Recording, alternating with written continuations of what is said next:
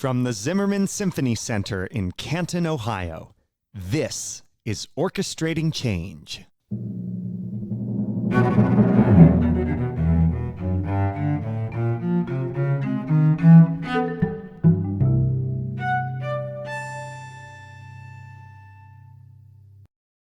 I'm Matthew Jenkins Yarashevitz, Associate Conductor of the Canton Symphony Orchestra. And I'm Rachel Hegemeyer, Manager of Education and Community Engagement. Welcome to our podcast, and thank you for joining us. This podcast will navigate the issues that exist in the field of classical music and the world at large.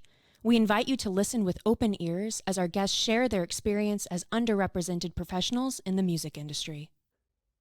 We are joined today by internationally renowned pianist Shuai Wang. She performs extensively as both a soloist and chamber musician, including an appearance with the Canton Symphony Orchestra in 2009 as the soloist on Bach's Fifth Brandenburg Concerto. She has also joined us a number of times as an orchestral pianist. She is currently on faculty at the Cleveland Institute of Music and spends her summers teaching at Interlochen in Michigan.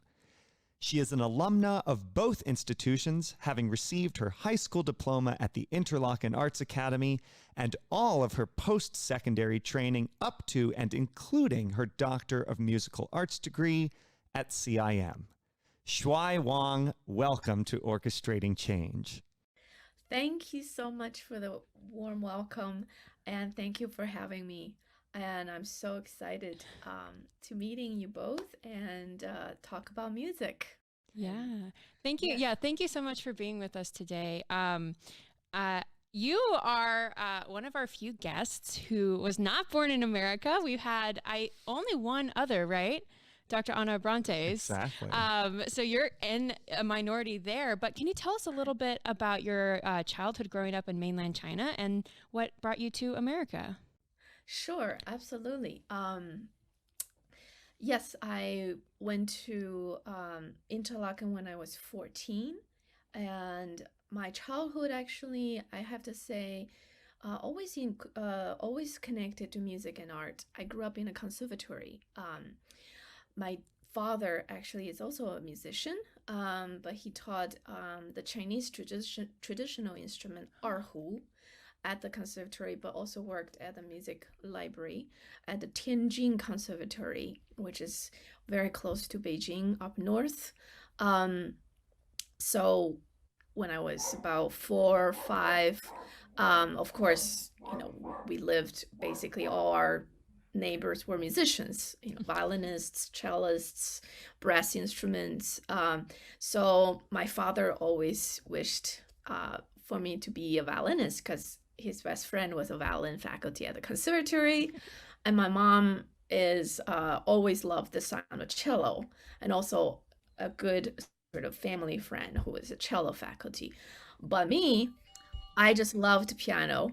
One of my really good friend when I grew up, she's a couple years older, so she took a piano when she was maybe 4. So I remember picking up, outside of her door and watching her taking lessons. And I just loved the sound of piano.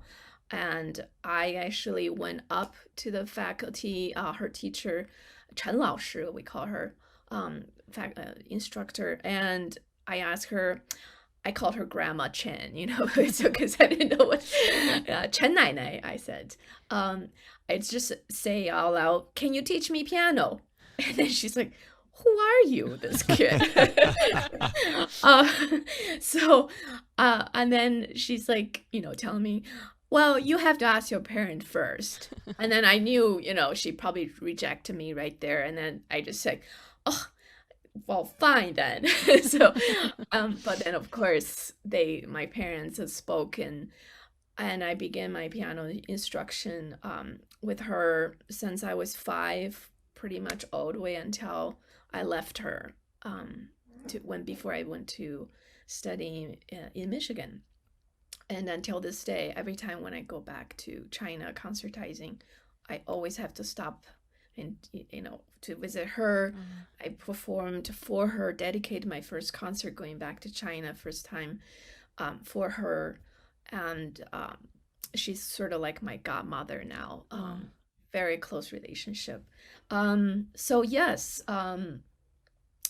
that really, just because I think in some ways, because I grew up in a music environment, always, my brother is artist, visual artist. So music and art is always sort of part of our identity, our blood. I go to concerts all the time when I was young.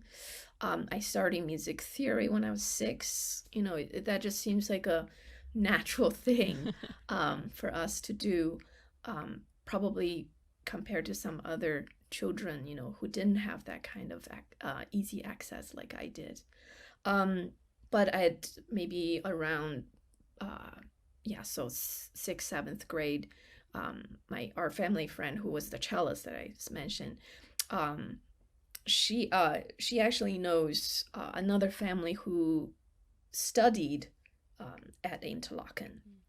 And at that point, there was a really well-known Russian piano teacher, really difficult, really hard teacher, but produced just tremendous, great pianists from her studio. So they recommended my parents, I think Shuai is great, but it's time for her to step out and learn more, excel farther.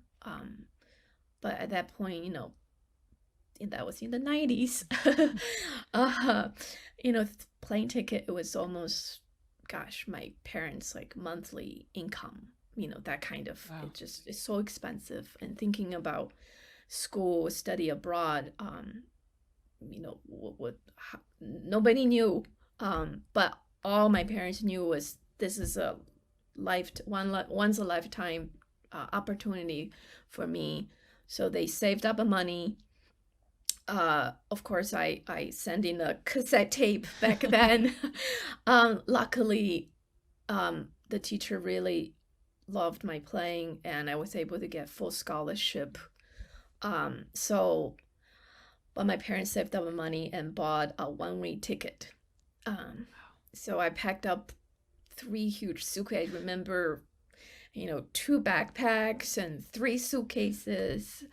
At that time, when you're 13, 14, you just knew, okay, I'm going to study and work really hard. But I never knew what was going to be, living there or anything like that. No, I didn't think about that. And I never knew I was not going to come back to visit my family until 10 years later. Oh my God. So I did not see my brother until basically when he got married. 10 years later after. So it was 10 years before I went back to China for the first time. Oh my goodness.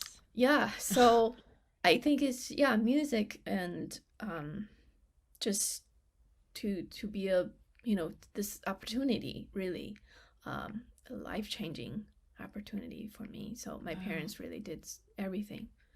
Wow. So you arrived at Interlochen, this very, very well-known and extremely highly regarded, both as the summer camp, but also, of course, the school, the Arts Academy, as you attended. Tell us a little bit about what it's like to be a student at Interlochen, as well as some of the differences that you noticed coming here between the way things were done back home for you in China and the way things are done here. Yes, absolutely. Until this day, I'm so grateful for my parents and everyone I've met throughout my life, who especially helped me so much during the 4 years when I was at Interlochen. It's probably the best 4 years of my life. I didn't worry too much except just practice, study, and perform. So yes, it's a definitely unique place. Everyone who went there has basically one thought or one goal, is to become better musician, become better artists, dancers, whichever the pursuit that they were there for. It's such a well-organized institution that, and also the people, the teachers, especially faculty, it's like a big family. I just loved everything, everybody, and I'm so grateful that I teach there during the summer now, because I feel like every summer I go home again.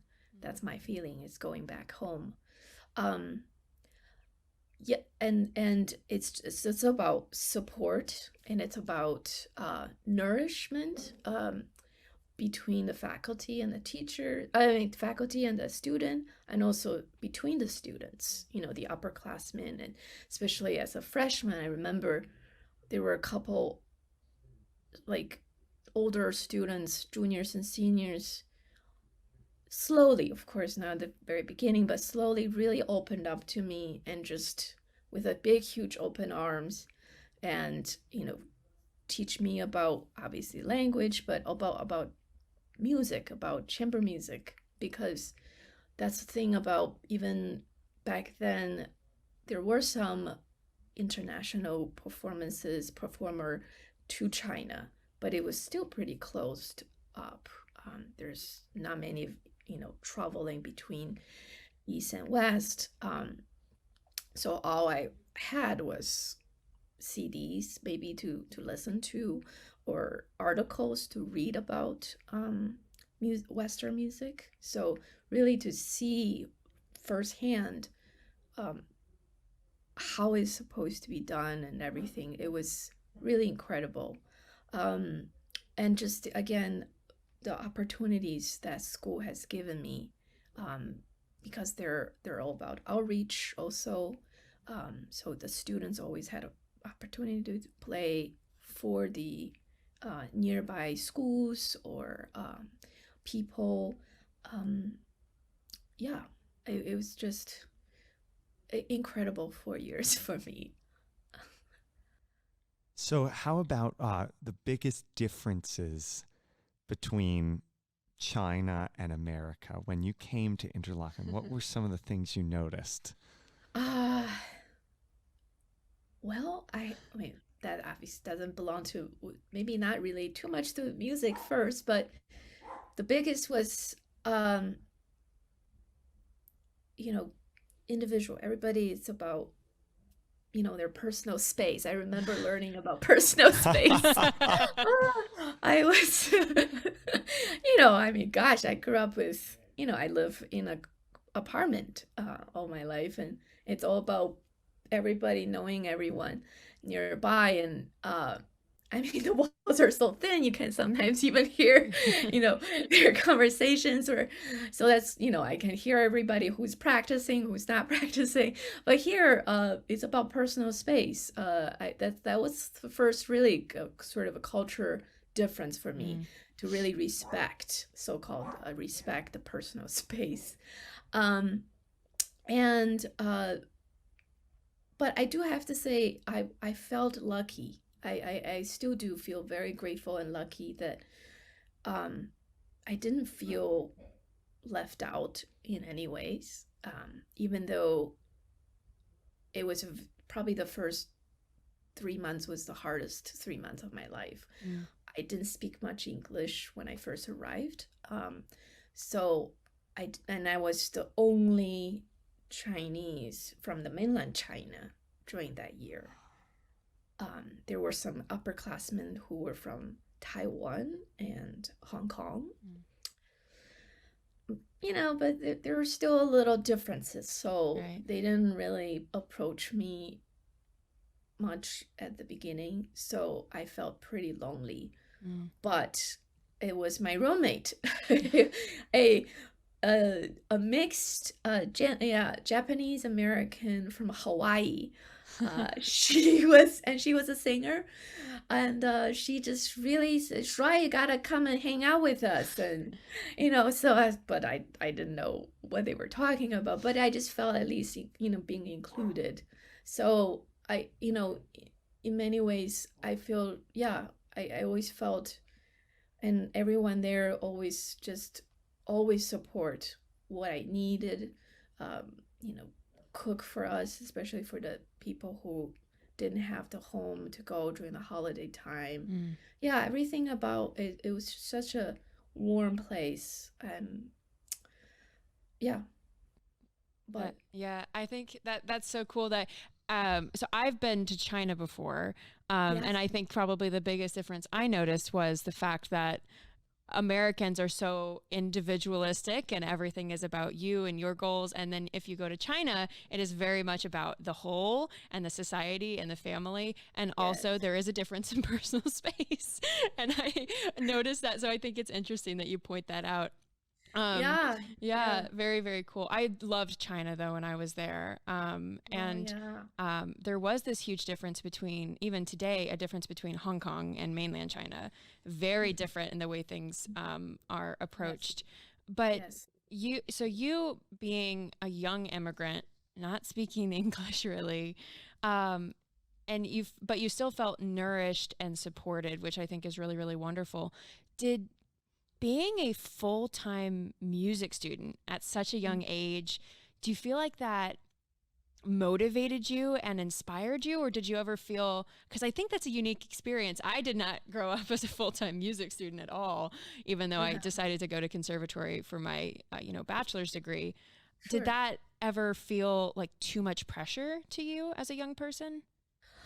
Um, I have to say, for me, personally, I didn't feel pressured. Mm. During the years when I was at Interlochen and also my undergrad, um, the piano department specifically was really strong, but it was a healthy competition between the pianists. We were actually all friends Good. between the studios, and we hang out together and we play for each other, but in a very sort of supportive way. Hey, can you listen to me and give me some suggestions? Because you can always learn, because they're from different studio and they play slightly differently. You can always learn from each other. So in that way, yes, I mean, definitely. And to go back to the differences between the sort of the Western and Asian culture difference. Yes, this idea of individualism. Mm.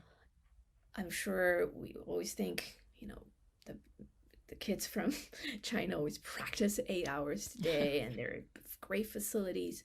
But I know, even for me when I was young, I was missing that individual uh, style, Mm. because again, we didn't have, at least when I grew up, I didn't have a lot of sources what uh, what was supposed to be done in this style of music. We were almost sort of a copying or trying to understand.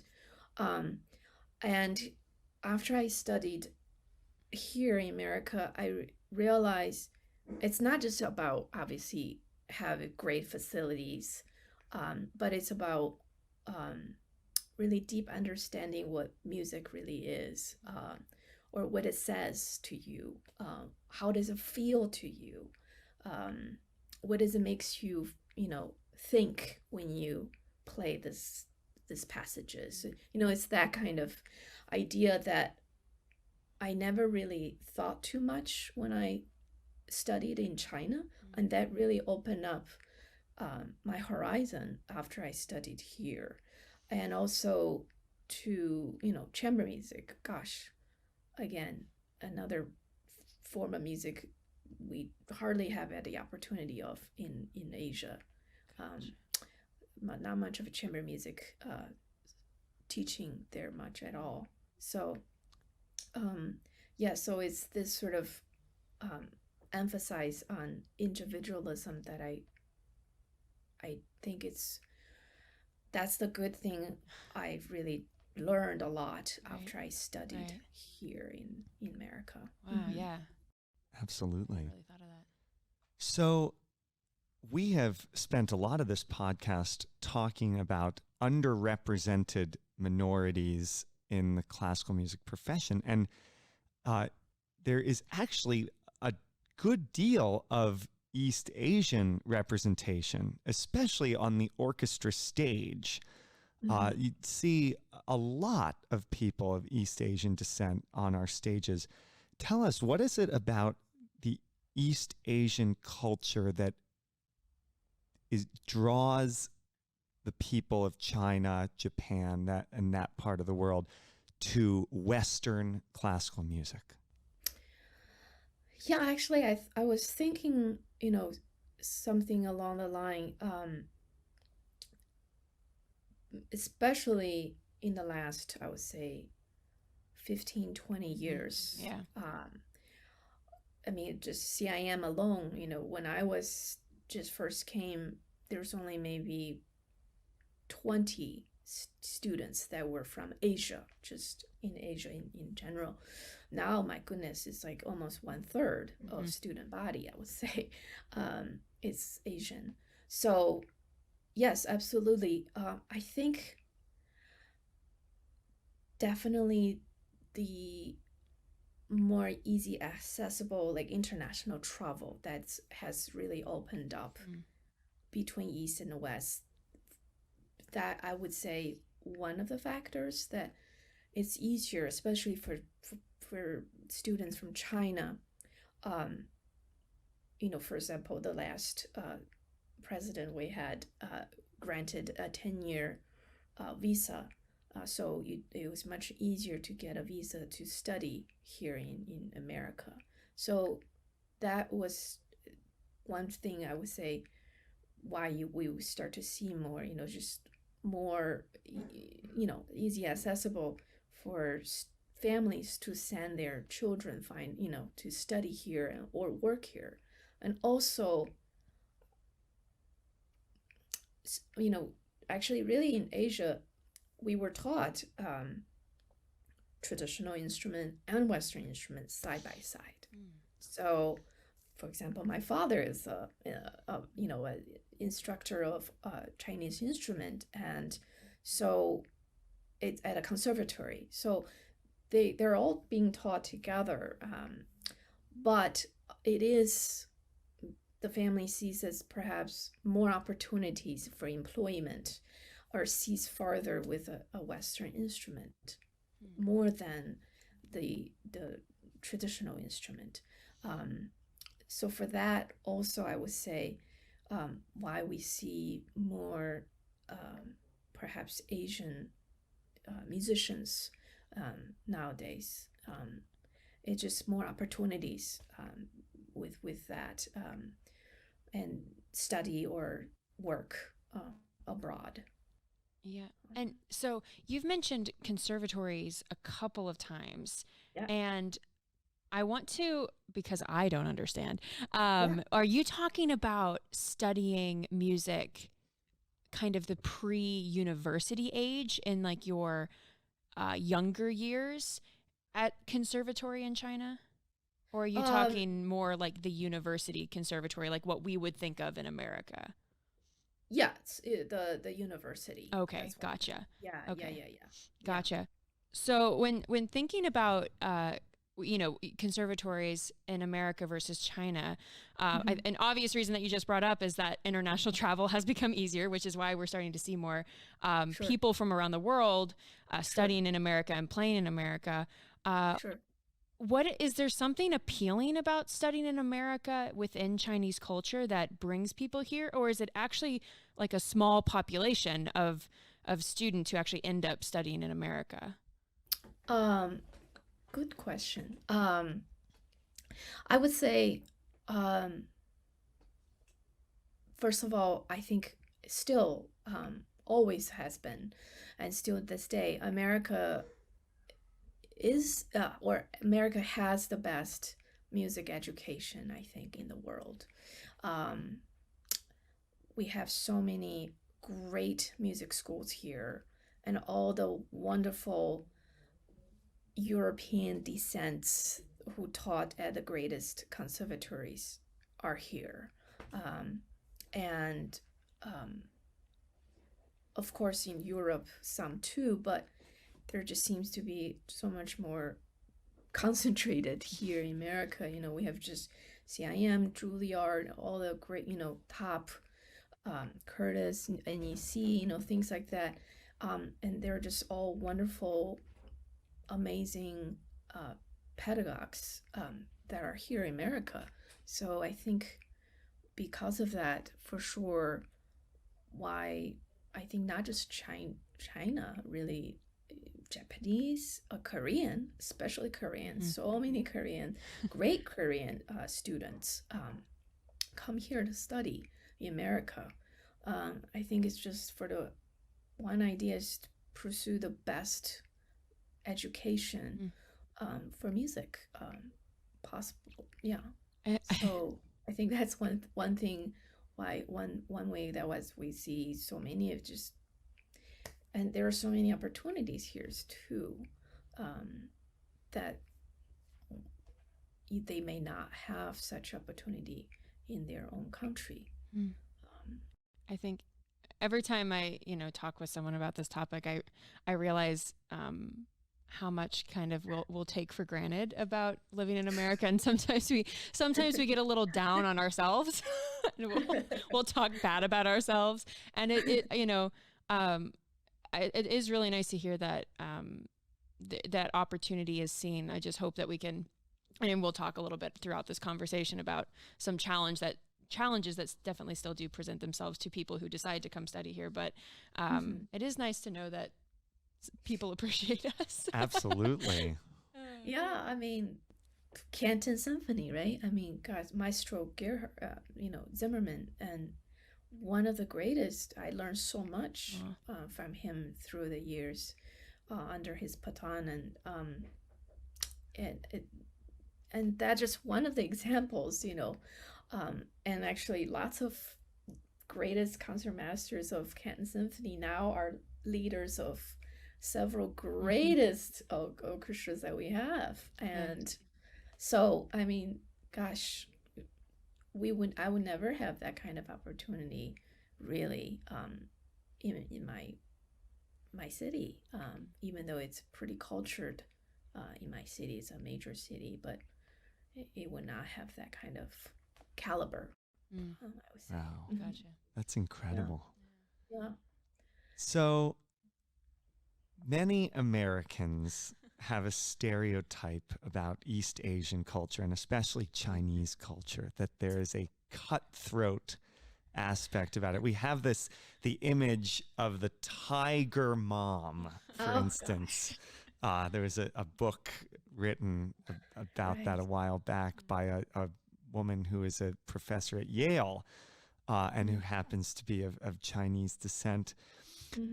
Is this something that has a basis in reality, or is it more of a construct that Americans have in their minds that is not, when it comes down to it, is not as true as everybody thinks?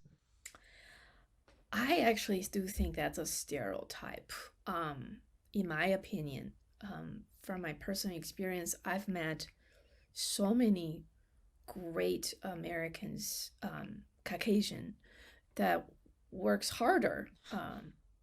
It's like when I was at Interlochen, specifically, there's a couple, my student mate, first, they after dinner, they go right to the basement and start practicing at 6:30 and come out at about 9:30. So I think in every culture, doesn't matter where they come from, they all try, to do the best, to do over the top, and try to achieve higher, to try to achieve what they can. perhaps in Asia it seems more because because I think it's just so many people there. You have to work harder. And this sort of viewpoint, you have to work hard and not to disappoint your family because there's so little opportunities, but so many people that wants this, that one job. So families would put everything that they can to provide for their children to have a better life. And then the children are going to work twice as hard and not to disappoint their family. But also that's maybe not a good, good thing either, because they forget, why are they here, why they're doing it, So I think the rate of depression in Asia is much higher. They just don't talk about it, but it's much higher than I think one might think. And this is an interesting thing, because for us here, we all have our various motivations for working hard, but at least from my experience, it was never a fear of mine that I would disappoint my family. My parents wanted me to pursue a dream, a life passion when I told them that I wanted to be a conductor. And they would, there always is the fear that, and there still is a bit of a fear for me that, this might not ultimately work out for me as a profession. Sure. But I've never worried that I would disappoint my family. So I knew that they would have my back no matter what. And I guess this might be a big difference. And as you mentioned, because there are just so many more people in China. Yes. So, and again, from my own experience, gosh, my mom had to borrow some money actually that to in order to buy this plane ticket for me to get here. And just that idea, I just feel so, in some ways I have to work hard. I mean, they've put up so much for me. I can't, not just for me, but I can't disappoint them. I mean, nobody told me to, but they just sort of embedded. It's just our culture. It's just, generations, I would say, generational thoughts. That's just how we always been thinking. It's in our blood. Right. So, but, I hope to appreciate the two cultures, at least for me, the good from the East and great from the West. And that will be the best. You're getting the best of both of them. And I'm curious to know, before we kind of transition topics a little bit. You mentioned at the very top that you didn't see your family again for 10 years, which is, I can't imagine that. As someone who lives far away from my parents, but still in the same country, I can't imagine 10 years. How do you get to see them more now? I think that's really my question, is I hope you get to see them more now. I'm actually, my parents live now in Cleveland. Oh my gosh. Wow. Yay. Yeah, I know. It's after I finished my doctorate, I feel and I started working, of course, and I feel it's my time to take care of them, to make sure that they're okay. So they moved to Cleveland, so I can finally have, be a sort of the sense of family together. And my brother also now lives in Toronto, and he's an interior designer. He has his own firm, so it's quite close, to come, and we can go up easily. So yes, it's been, again, I'm so grateful. It turned out to be, So I know I feel so lucky that I finally have a family, and they're right here, and I can see them. I talk to my mom every day. If I don't call them in a couple days, they will call me. Is everything okay? Oh, Sounds just like So, my mom, yeah, actually. yeah. Oh, well, that I'm. but it's sweet. So I'm so grateful that they're here, especially during the last years, during the pandemic. Yeah, Gosh, I can't imagine being far apart right. and not knowing if they're okay or not. So, Yeah. right. Wow. Well, that makes me feel very happy. It makes me so happy. Thanks. So, speaking of the pandemic, the year has been really, really difficult for all of us, and especially us musicians who not only make a living performing, but it is what we live for emotionally. I mean, it feeds our Exactly. soul. It's been Exactly. a terrible year for all of us. And a particularly terrible thing that came out of it was the use by some members of the American community of terms like the China virus. How has this affected you in your experience? Um, I have to say I was very scared in the very beginning when they start using that term more and more. Mm. Um, and I was mostly fear for my parents, um, because I mean we don't live together, so I I was fear for their safety.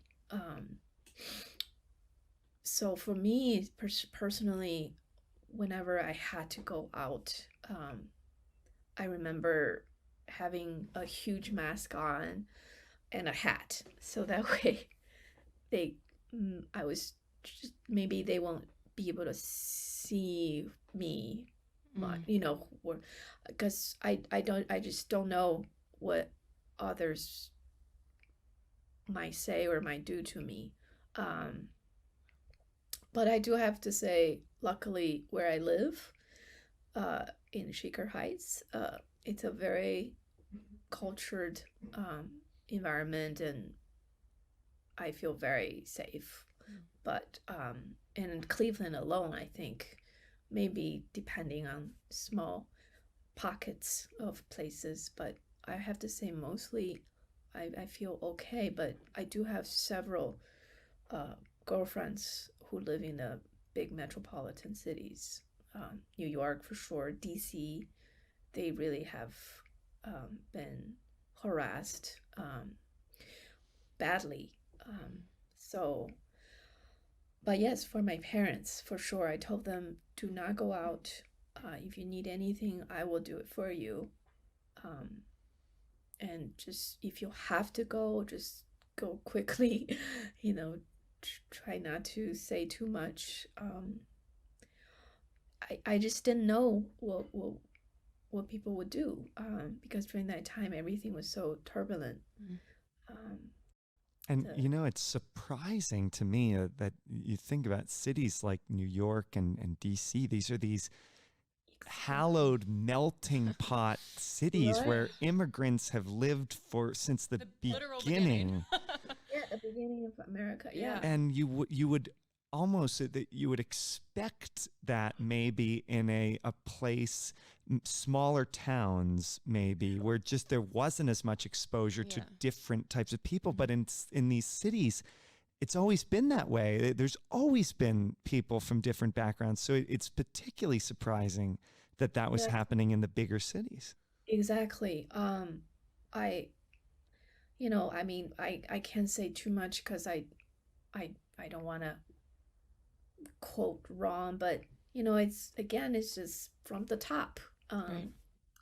You know, the person we had in the government that just keeps saying those kind of, uh, you know, wrongfully choice of words, and it really embedded in people's head. Yeah. Unfortunately, um, and I do have to say, maybe in those kind of cities, when you ask me, yes, we have all this Asian descent in the orchestras, or who held top jobs, but actually there are much more immigrants from Asia that are under poverty. Yeah. Especially in those kind of cities. Yeah. That do lower, beyond lower wage jobs. Right. And you kind of bring up what I wanted to talk about next, which is a pretty complex issue that I think a lot of people in America don't recognize how Asian Americans and Pacific Islanders specifically have been treated in America for a long time. I mean, people might have learned about this in history class, but I've met a lot of Americans who didn't learn about the Japanese internment camps during World War II that were in America, that it was American government putting Japanese, but about a third of the people in the Japanese internment camps were not Japanese. They were Chinese and Korean, but they just were assumed to be. And then there was, high profile murders in the 80s, and people started to use a term in America called the model minority to describe people of Asian descent in America, because they could point to doctors and musicians and people who, like, look, they're succeeding at this really high level. They're a model minority. But you brought up the point. Yes, a lot of Asian Americans are able to succeed at a very high level, but a majority of Asian Americans work in very, very low poverty situations. We think about, the stereotypes of the nail salons and of massage parlors. And we think about what happened in Atlanta this past spring. And exactly. It's a very complex issue that I think has kind of been swept under the rug for a very long time. And terms like model minority have kind of made the picture look prettier of like, look, it's fine. We don't need to talk about this. But I think the past year, and especially what happened in the spring, has really brought to light that, no, we need to be talking about how Asian Americans are living in this country and how we can do better and how we can make it better for them. So how do we, and there's no answer to this, but how do we start working towards dismantling language like model minority and allowing people to use terms like China virus or Kung flu? How do we move towards dismantling that type of language here in America?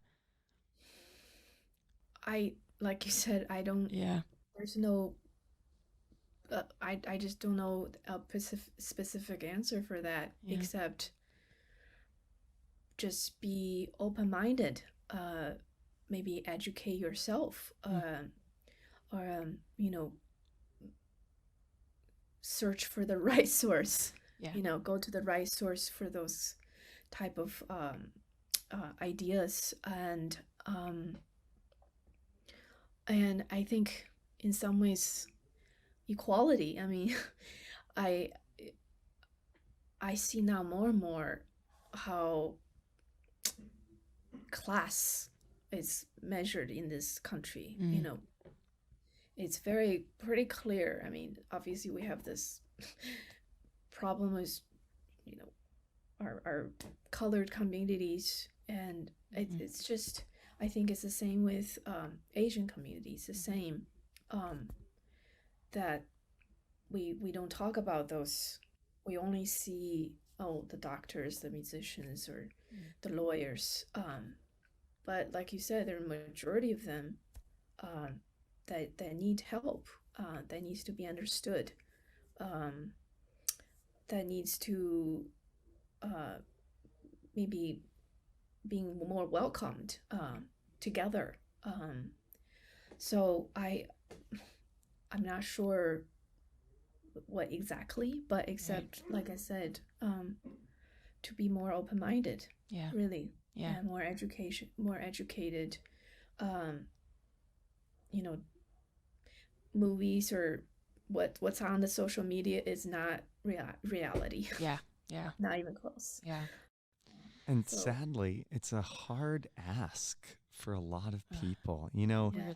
Rachel and I both are blessed to have gotten wonderful college educations, and in the process being exposed to many different people of many different backgrounds. But the reality is that here, it's not everybody is fortunate enough to have that experience, and it creates this fear of the unknown, this fear of the other that we are working in our small way on the podcast. We're trying to work to dismantle, but it's a hard, we know it's a tall order. Yeah. Right.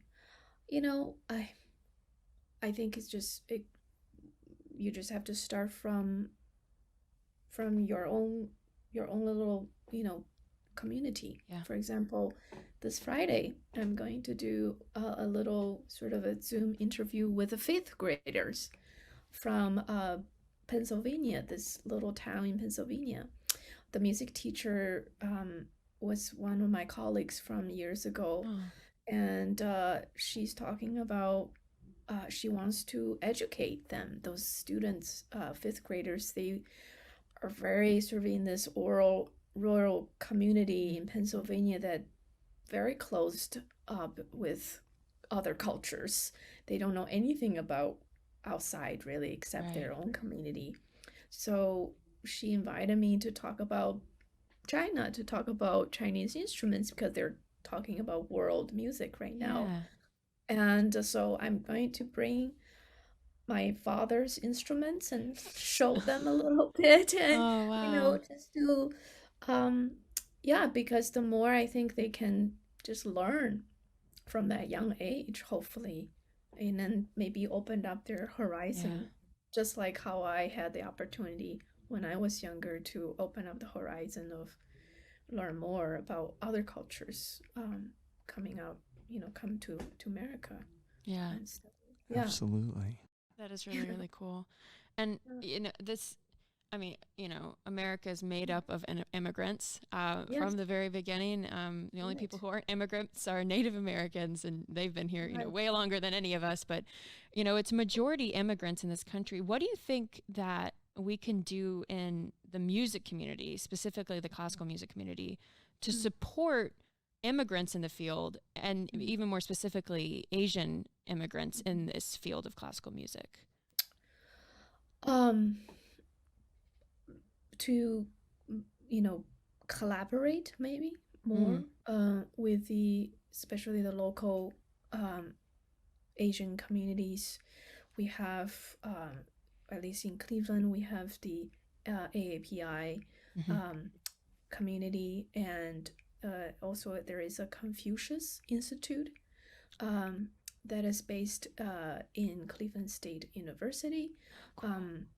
I have collaborated with them, so they're specifically, from Chinese government actually.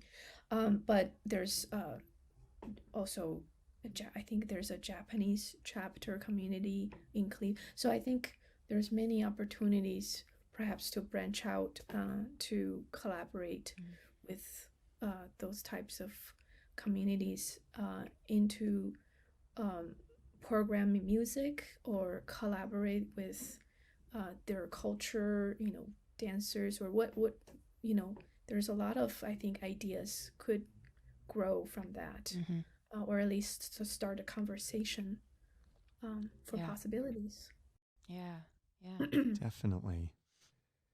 So we've talked about Asian representation in the orchestras. It's there is a lot of it currently, but what can we do to make Asians more welcome, feel more welcome, both on the stage as well as in the hall as audience members? I actually think just treat, I don't want to say us like we're third person or something, but treat just like every other musicians on stage. I think, sometimes there might be a notion of, a small young Asian girl, can produce this kind of stuff. No, don't think that way. Just listen and hear, and then embrace.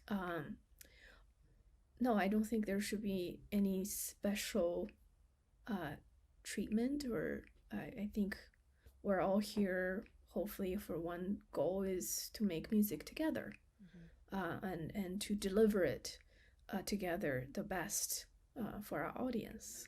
And same thing for the hall, for the audiences, I hope it's the same goal, is to give them the best experience, that they feel that the music that they're listening to is somewhat related or relatable.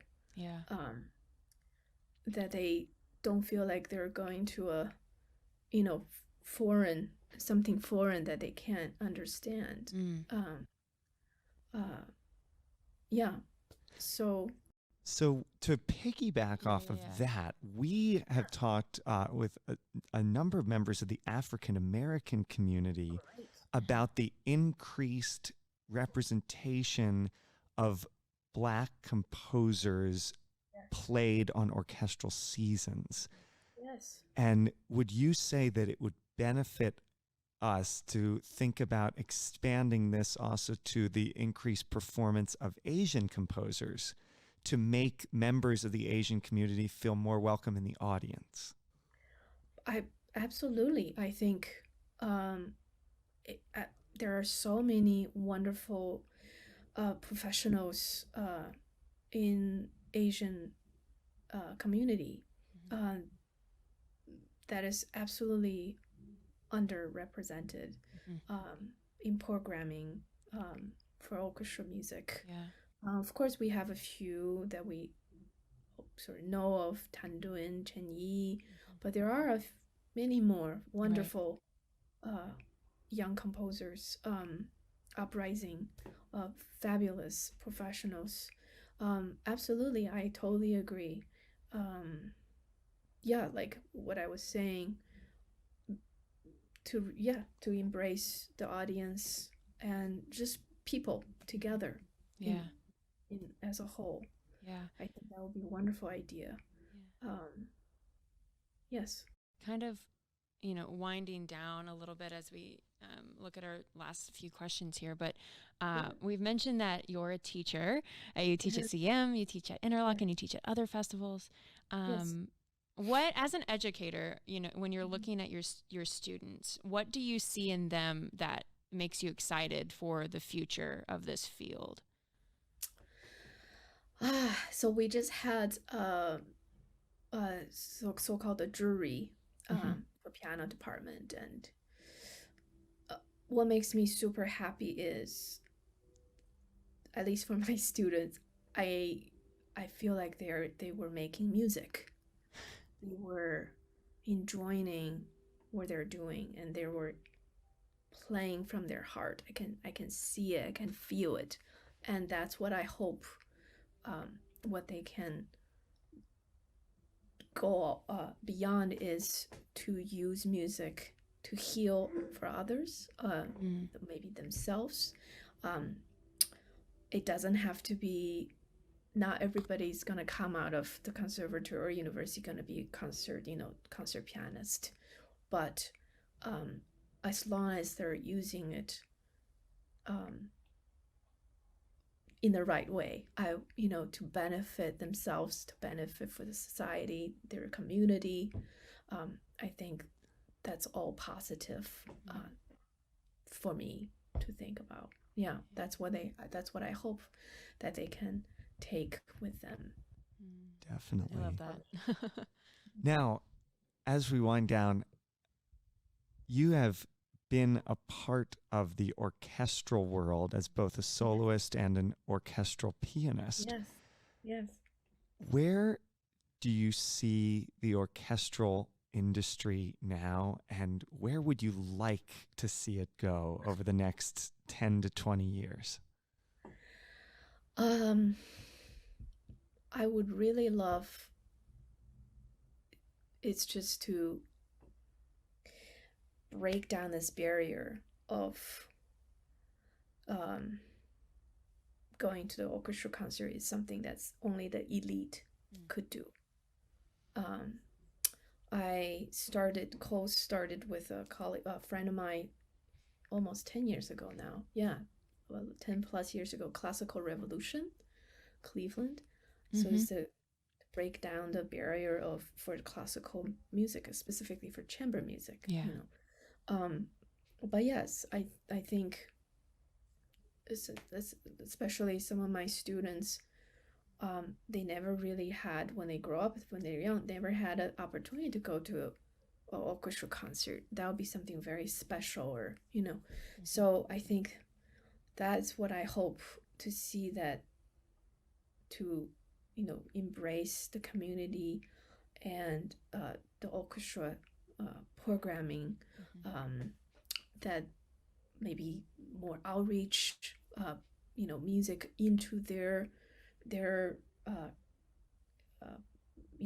daily lives, that they may not have the chance to go to the hall, but if we can bring that to the community more often, maybe they feel, oh wow, I never knew we had this. So I think that will be the greatest thing, is to really break down this barrier between the upper class and to go into concerts. That's something that's the upperclassmen do. The privileged. So no, it's music for all. Right. It's music for all. And I I think the big goal of the podcast and the conversations that we're trying to have is that the podcast becomes obsolete. We don't need this anymore, and that music is just for all. And we've talked a lot today about how much your parents sacrificed to let you live this, and so that music could be for you, and how many people strive to do the same by becoming immigrants to this country and working really hard, and the people from America who are working really hard, and how everyone within the classical music world is striving to just make music. And I love how you put it so beautifully when, looking at your students, of the ultimate goal for you is that they make music, and that they do it to heal, even if they never, become a famous concert pianist, they're just playing to play. So the podcast is called Orchestrating Change, so that hopefully we can get to there. So what do you think is maybe the most important thing right now that we need to do in order to orchestrate this change, so that we can in fact have music for everyone? Wow, that's a very big question. Yeah, I know. I mean, that could be a thesis right there. Right, yeah, okay. Gosh, again, I can only speak from my own point of view and my own experience. Is for me, I will do all my best to bring more music, bring more people into music, and bring more music to the people. That's my goal. That's why, to kind of going back, what Matthew said, this past pandemic was hit hardest for musicians, especially for us live, performance musicians, that we couldn't do that. I felt sort of a huge emptiness. I mean, luckily I was still able to teach, to make a living. And very grateful for that than some of my other colleagues. But yeah, I didn't have many concerts at all. But doing this, virtual recital, it's never the same. I want to hear. I feel like I want to hear their breathing. I want to hear their coughing, right? Because I want to hear that. That during the quiet moment that I do, slow movement of a Beethoven, something that I just hear nothingness. But I don't feel that when I do virtual, because it's just me and the microphone. I just it's so. And I hear the same thing from people who usually go to live performances, that they miss watching people and hear them, nodding or breathing before a beat. They want to see that emotion from the performers. It's not the same watching on a screen. So I hear that from both ways. And so, yeah, I think the music it's wonderful no matter what type of it, but it's just we have to keep it going, bring people together. I think music is the most powerful tool to bring people together sometimes, even more to the point than the words, because music can really touches you and hits you just at the right spot.